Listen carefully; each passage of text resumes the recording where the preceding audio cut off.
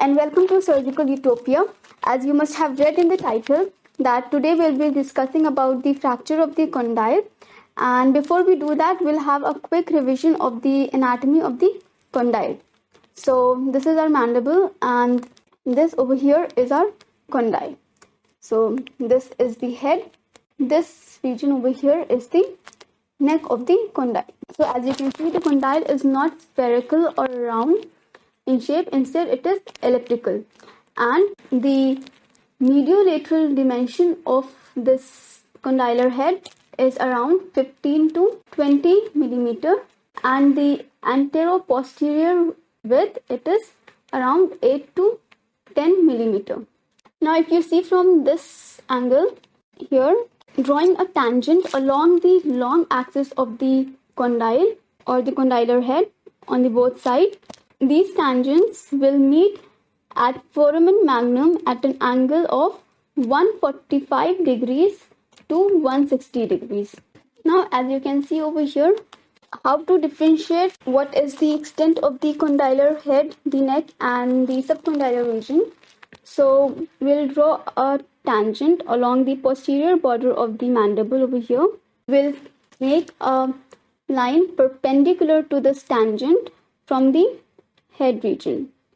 Here, another line from the base of the sigmoid nerve over here, and from the angle of the mandible to the retromolar area. Between these two tangents over here, we'll draw another line dividing this area into equal two halves. So this line or this perpendicular upon this tangent on the posterior border will divide the neck region into two equal halves. So over here, this is the condylar head or the intercapsular region. Then this over here is your high neck region.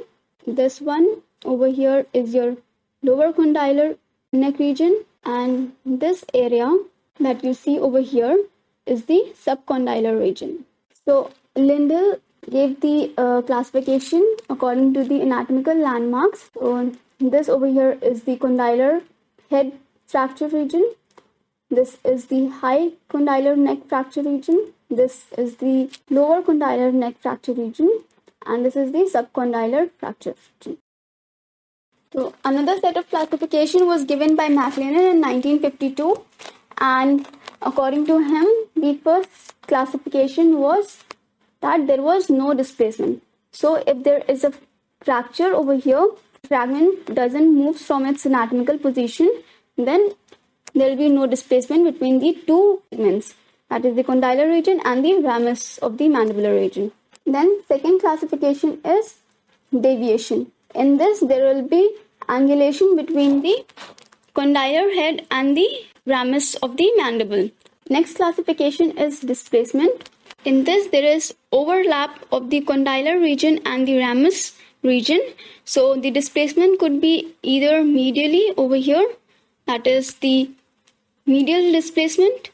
So this is the medial displacement, or it could be laterally. This is the lateral displacement. Then it could be anteriorly over here, as you see. This is the anterior displacement, or the fragment can go posteriorly to the mandible. So this over here is the posterior displacement. Next is dislocation. In this, the condylar head will be dislocated from the glenoid fossa. So if this is the situation over here, that the condylar head is dislocated from the glenoid fossa, this is called as your dislocation. So if there is fracture in the condylar region and the fragments remain in their anatomical position, then it will be a fracture with no displacement. Whereas in the cases of deviation, there will be a slight angulation between the condylar head and the ramus region.